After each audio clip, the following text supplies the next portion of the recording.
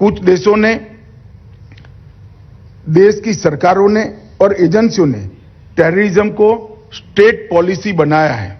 ऐसे terror havens पर आर्थिक प्रतिबंध के साथ साथ सभी प्रकार की नकेल कसना निहायत आवश्यक है। इस पर दुनिया के सभी देशों ने अपने जियो पॉलिटिकल इंटरेस्ट से ऊपर उठकर एक मन बनाने की जरूरत है। हम देखते हैं कि कुछ देश राजनीति के लिए आतंकवादियों और आतंकवाद को पनाह देने वालों का बार बार समर्थन करते हैं। मेरा मानना है कि आतंकवाद की कोई सीमा नहीं होती, इसलिए सभी देशों को राजनीति भुलाकर एक दूसरे का सहयोग करना चाहिए।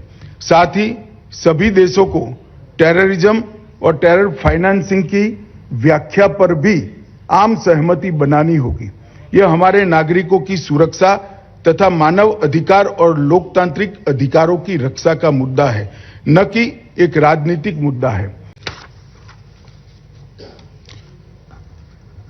आज के इस गरिमामयी कार्यक्रम में मेरे साथ मंच पर उपस्थित श्री अजीत डोभाल, राष्ट्रीय सुरक्षा सलाहकार, श्री नित्यानंद राय जी, MOS होम, श्री अजय कुमार भल्ला जी, श्री दिनकर गुप्ता जी, DG NIA और कॉन्फ्रेंस में आए हुए सारे डेलीगेट्स।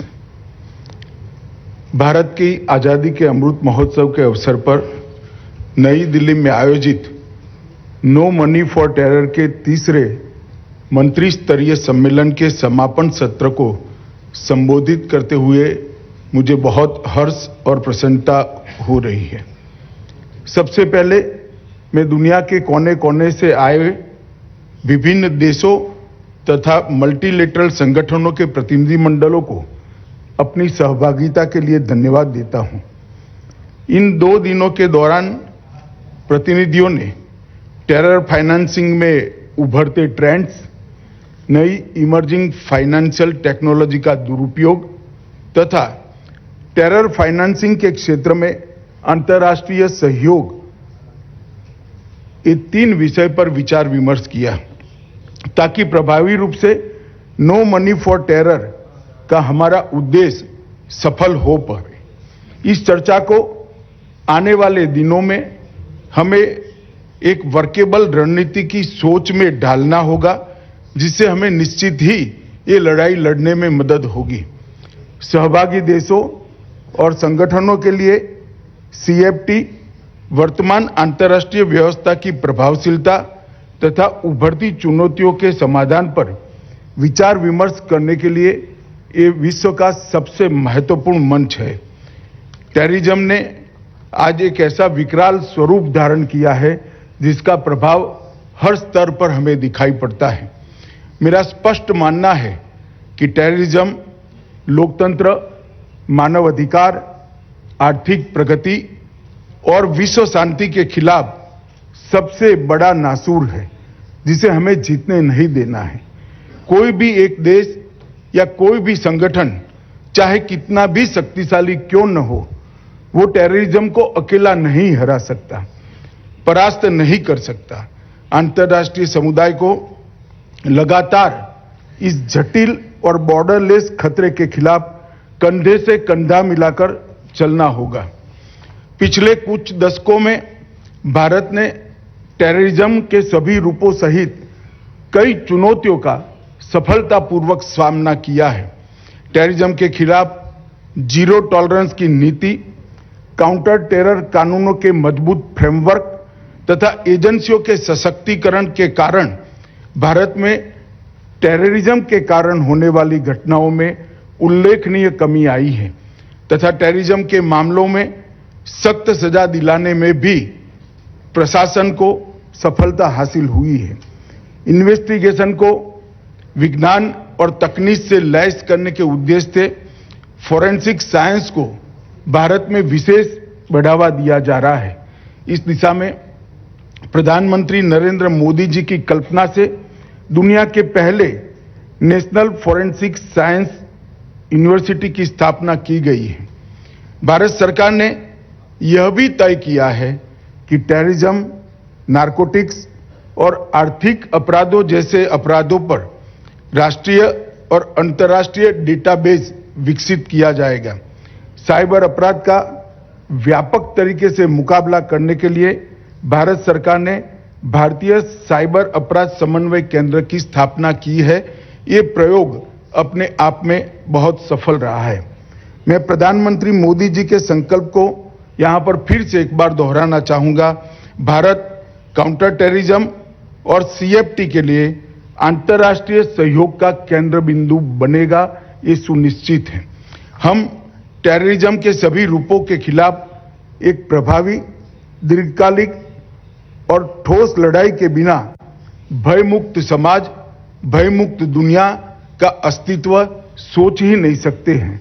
हमारे राष्ट्र के नागरिकों ने नेतृत्व पर सबसे बड़ी जिम्मेदारी सौंपी है उनकी सुरक्षा की, और हमारा ये कर्तव्य है कि इस जिम्मेदारी की कसौटी पर हम खरे उतरे। पिछले 2 दशक में संयुक्त राष्ट्र सुरक्षा परिषद ने इस खतरे से निपटने के लिए एक ढांचा विकसित किया है, जिसका मुख्य उद्देश्य काउंटर टेररिज्म सैंक्शन व्यवस्था खड़ी करना है। टेररिज्म को स्टेट फंडेड एंटरप्राइज बनाने वाले देशों की कार्यवाहियों पर कुछ हद तो इससे अंकुश लगाने का काम हुआ है, परंतु इसको और कठोर, पारदर्शी और सटीक बनाना बाकी है। हमारी सबसे पहली प्रतिबद्धता होनी चाहिए ट्रांसपेरेंसी के साथ कोऑपरेशन की। सभी देशों को, सभी संगठनों को बेहतर और प्रभावी तरीके से इंटेलिजेंस साझा करने में पूरी तरह से ट्रांसपेरेंसी का संकल्प लेना होगा। हमें टेररिज्म और टेररिस्ट गुटों के खिलाफ की इस लड़ाई को प्रत्येक भौगोलिक क्षेत्र में और प्रत्येक वर्चुअल में लड़ना होगा। ऐसे कई मामले सामने आए हैं जहां अन्य मकसदों की आड़ में कुछ संगठन राष्ट्रीय और अंतर्राष्ट्रीय स्तर पर आतंकवाद और रेडिकलाइजेशन को बढ़ावा दे रहे हैं। यह भी देखा गया है कि ये संगठन आतंकवाद को फाइनेंस करने की चैनल भी बनते जा रहे हैं। अभी हाल में ही भारत सरकार ने सामाजिक गतिविधियों की आड़ में युवाओं को रेडिकलाइज करके उन्हें आतंकी और धकेलने की साजिश करने वाली एक संस्था को बैन किया है। मेरा मानना है कि प्रत्येक देश को ऐसी संस्थाओं को चिन्हित करके उनके विरुद्ध कार्यवाही करनी चाहिए। कुछ देशों ने, देश की सरकारों ने और एजेंसियों ने टेररिज्म को स्टेट पॉलिसी बनाया है।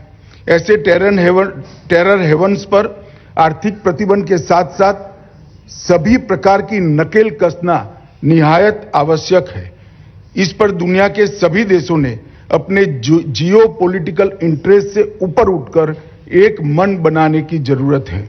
हम देखते हैं कि कुछ देश राजनीति के लिए आतंकवादियों और आतंकवाद को पनाह देने वालों का बार बार समर्थन करते हैं। मेरा मानना है कि आतंकवाद की कोई सीमा नहीं होती, इसलिए सभी देशों को राजनीति भुलाकर एक दूसरे का सहयोग करना चाहिए। साथ ही सभी देशों को टेररिज्म और टेरर फाइनेंसिंग की व्याख्या पर भी आम सहमति बनानी होगी। यह हमारे नागरिकों की सुरक्षा तथा मानव अधिकार और लोकतांत्रिक अधिकारों की रक्षा का मुद्दा है, न कि एक राजनीतिक मुद्दा है। टेररिस्ट ग्रुप इंफॉर्मेशन टेक्नोलॉजी और साइबर स्पेस को अच्छी तरह से समझते हैं। जनता की संवेदनशीलता को भी अच्छी तरह से वो समझते हैं, इसलिए उसका उपयोग भी करते हैं। आज साइबर स्पेस टेररिज्म के खिलाफ लड़ाई का एक प्रमुख युद्ध का मैदान बना है। वेपन टेक्नोलॉजी में भी बहुत परिवर्तन हुआ है। 21वीं सदी की लिथल टेक्नोलॉजी और ड्रोन टेक्नोलॉजी अब आतंकवादियों के पास भी उपलब्ध है।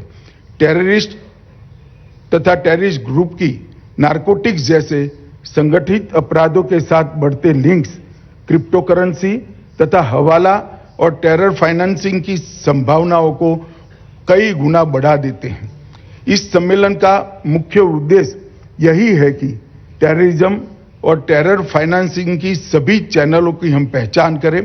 टेरर फाइनेंसिंग के खिलाफ एक प्रैक्टिकल तथा वर्केबल रोड मैप बनाया जाए। IMF और वर्ल्ड बैंक के एक अनुमान के अनुसार दुनिया भर के क्रिमिनल हर वर्ष लगभग 2 से 4 ट्रिलियन डॉलर की लॉन्ड्रिंग करते हैं और इसमें बड़ा हिस्सा टेररिज्म को बढ़ावा देने के लिए इस्तेमाल किया जाता है। इस क्वांटम और चुनौती को देखते हुए सभी देशों के काउंटर टेरर और टेरर फाइनेंसिंग के क्षेत्रों में काम करने वाली एजेंसियां एवं अधिकारियों को एक दीर्घकालिक रणनीति अपनानी होगी। टेरर फाइनेंसिंग के संदर्भ में इस सभा का ध्यान मैं कुछ विषयों की ओर आकर्षित करना चाहता हूं, जो मेरी दृष्टि से हम सबकी प्रायोरिटी होनी चाहिए। एक, वित्तीय नेटवर्क में गुमनामी से लड़कर लीगल वित्तीय साधनों का डायवर्जन को रोकना पड़ेगा। 2, अन्य अपराधों द्वारा उत्पन्न मुनाफा टेररिस्ट गतिविधियों के लिए उपयोग में लाने से रोकना होगा। 3, नई फाइनेंशियल टेक्नोलॉजीज, वर्चुअल एसेट्स जैसे क्रिप्टो करेंसी, वॉलेट इत्यादि को टेरर एक्टिविटीज के लिए उपयोग करते हुए रोकने की तकनीक ढूंढनी होगी। लीगल चैनल्स, कैश कुरियर्स, हवाला का टेरर नेटवर्क द्वारा उपयोग पर एक साझा तंत्र हमें बनाना होगा। Non profit organisation, NPO sector का टेरर आइडियोलॉजी फैलाने में दुरुपयोग होता हुआ नजर में आता है, उसको भी हमें रोकना होगा। सभी देशों की काउंटर टेरर तथा फाइनेंशियल इंटेलिजेंस एजेंसियों का सतत कैपेसिटी बिल्डिंग भी हम सभी ने टेक्निक के एक्सचेंज के माध्यम से करना होगा। टेरर फाइनेंसिंग के सभी चरणों जैसे आतंकवादियों द्वारा फंड जनरेट करना, फंड का मूवमेंट करना, अन्य अपराधों के माध्यम से लेयरिंग करना तथा अंत में टेररिस्ट गतिविधियों के लिए इसका उपयोग करना, इस प्रत्येक स्टेज पर हमें नकेल कसनी होगी। इसके लिए वैश्विक स्तर पर एक स्पेसिफिक लेकिन कलेक्टिव अप्रोच की आवश्यकता मैं देखता हूं। सभी देशों को financial action task force FATF द्वारा सेट किए गए स्टैंडर्ड्स और रिकमेंडेशन को केवल कागज पर नहीं बल्कि स्पिरिट में इंप्लीमेंट करना होगा। मेरा ये मानना है कि टेररिज्म के वित्त पोषण का मुकाबला करने के लिए हमारा दृष्टिकोण 5 स्तंभों पर आधारित होना चाहिए। एक व्यापक मॉनिटरिंग फ्रेमवर्क स्थापित करना, जिसमें सभी इंटेलिजेंस तथा इन्वेस्टिगेशन एजेंसियों में कोऑपरेशन, कोऑर्डिनेशन तथा कोलैबोरेशन हो पाए। दूसरा, ट्रेस, टारगेट और टर्मिनेट की स्ट्रेटेजी उसे निम्न स्तरीय आर्थिक अपराध से लेकर संगठित आर्थिक अपराध तक अपनानी होगी। 3, टेरर फाइनेंस के संबंधित लीगल स्ट्रक्चर को मजबूत करना और उसमें एक रूपता लाना बहुत जरूरी है। 4, नेक्स्ट जनरेशन टेक्नोलॉजी के दुरुपयोग के खिलाफ एक मजबूत टेक्निकल तंत्र हमें विकसित करना होगा। और 5, एसेट रिकवरी के लिए कानूनी और नियामक ढांचे को मजबूत करना भी बहुत जरूरी है। टेररिज्म को सपोर्ट करने वाले बॉर्डरलेस फाइनेंस मूवमेंट को रोकने के लिए हमें भी बियॉन्ड बॉर्डर कोऑपरेशन के अप्रोच को स्वीकारना होगा, तभी ये मंच अपने उद्देश्य में सफल हो पाएगा। अंत में मैं पुनः टेररिज्म और टेरर फाइनेंसिंग के खिलाफ भारत की तरफ से अपनी प्रतिबद्धता दोहराना चाहूंगा। प्रधानमंत्री श्री नरेंद्र मोदी जी के नेतृत्व में भारत टेरर फाइनेंसिंग के सभी रूपों जैसे money laundering, digital financial platform का दुरुपयोग, हवाला सभी से निपटने के लिए सभी देशों के साथ काम करने के लिए प्रतिबद्ध है। इस सम्मेलन के विचार विमर्श के दौरान भारत ने आतंकवाद के वित्त पोषण का मुकाबला करने पर निरंतर वैश्विक फोकस बनाए रखने के लिए NMFT के इस विशिष्ट पहल की स्थायित्व की आवश्यकता को महसूस किया है। अब स्थायी सचिवालय स्थापित करने का समय आ गया है। इस दिशा में आगे बढ़ते हुए थोड़ी देर में ही जारी किए जा रहे 4 स्टेटमेंट में भारत में एक स्थायी सचिवालय स्थापित करने का प्रस्ताव शामिल है। इस विषय पर शीघ्र ही सभी प्रतिभागियों के बहुमूल्य टिप्पणियां प्राप्त करने के लिए एक डिस्कशन पेपर सर्कुलेट किया जाएगा। मेजबान देश की ओर से मैं नई दिल्ली में आयोजित इस नो मनी फॉर टेरर सम्मेलन में भाग लेने के लिए सभी देशों और संगठन के प्रतिनिधिमंडलों का मन से धन्यवाद करता हूं। मैं आप सबकी सुखद और सुरक्षित स्वदेश वापसी की मंगल कामना के साथ मेरी बात को समाप्त करता हूं। वंदे मातरम।